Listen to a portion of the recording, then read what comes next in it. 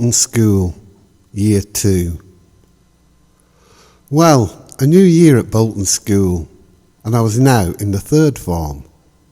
No longer a naive member of the Shells, and feeling more confident after my trek through Europe and the Iron Curtain. As we waited in the main quad to be allocated our classes for the coming year, I heard one of the more snobbish Park Roaders comment that he'd heard a record by a group of scruffs called the Beatles, and how appalled he was that they had long hair. My ears pricked up. There were 4 actual third forms, 3 Alpha, 3 Beta, 3 G for German, and 3 F.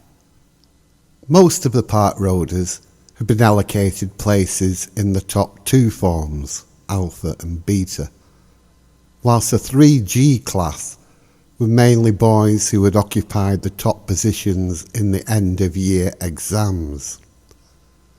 3F was for the rest.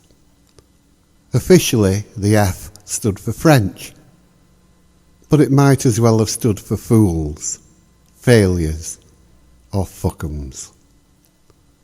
Looking back, it wasn't a particularly egalitarian system, and it was actually abolished the year after.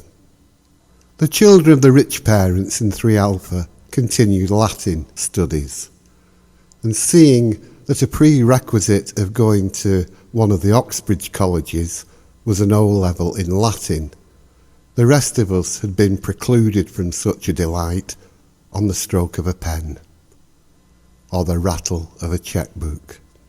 We were told that if any of us were, perchance, accepted into Oxbridge, we'd be given a crash course in Latin, but that seemed both unlikely and unattractive.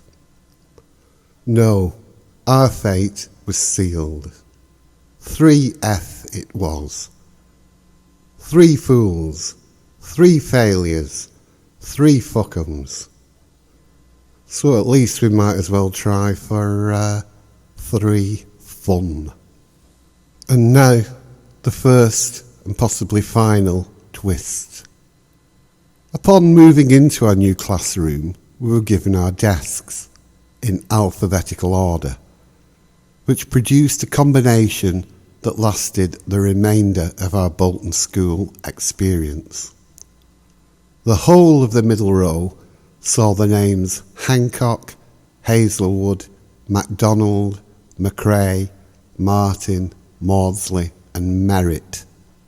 From the very first minute, Hancock, who was a new kid from Leamington Spa, and Hazelwood had an instant dislike to each other, and so they were put on opposite ends of the row, which now read Hancock, MacDonald, McRae, Martin, Maudsley, Merritt and Hazelwood. Seeing that lineup alone must have put teachers off. Although we'd been in different shell classes and as such hadn't associated all that much, we knew of each other's reputations. It must have been like being in a Wild West saloon and having Billy the Kid, Jesse James, Doc Holliday and the Earps at the same gambling table.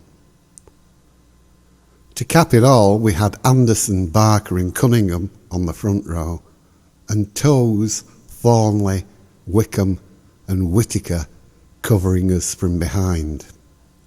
Just in front was Charlie Heaton, who even at that age was a school tough guy.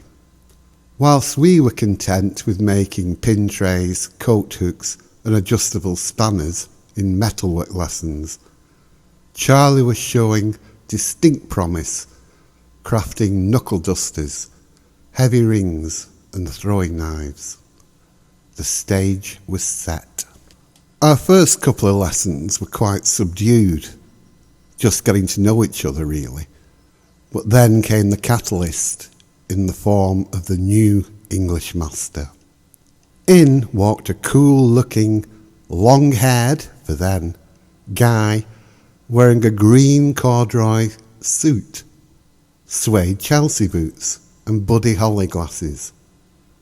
This was opposed to the standard teacher garb of suit, gown and brogues. What was going on? He introduced himself as Mr. Freeman, and from his accent we could tell he was from Liverpool. "Have you met John Lennon?" was one of the first questions we asked, and a feeling of awe swept the room when he admitted to being at art college with him. Man, this guy was cool. He was one of us. Now, I don't know what teachers' training college this guy had been to, if any, but his disciplinary methods were beyond any we had yet come across. And as we got slightly more and more unruly in the first couple of weeks, we got introduced to the concept of scapegoat. This involved 2 members of the class, Charlie Heaton excepted, being ordered to kneel either side of him on pencils whilst he tugged their hair.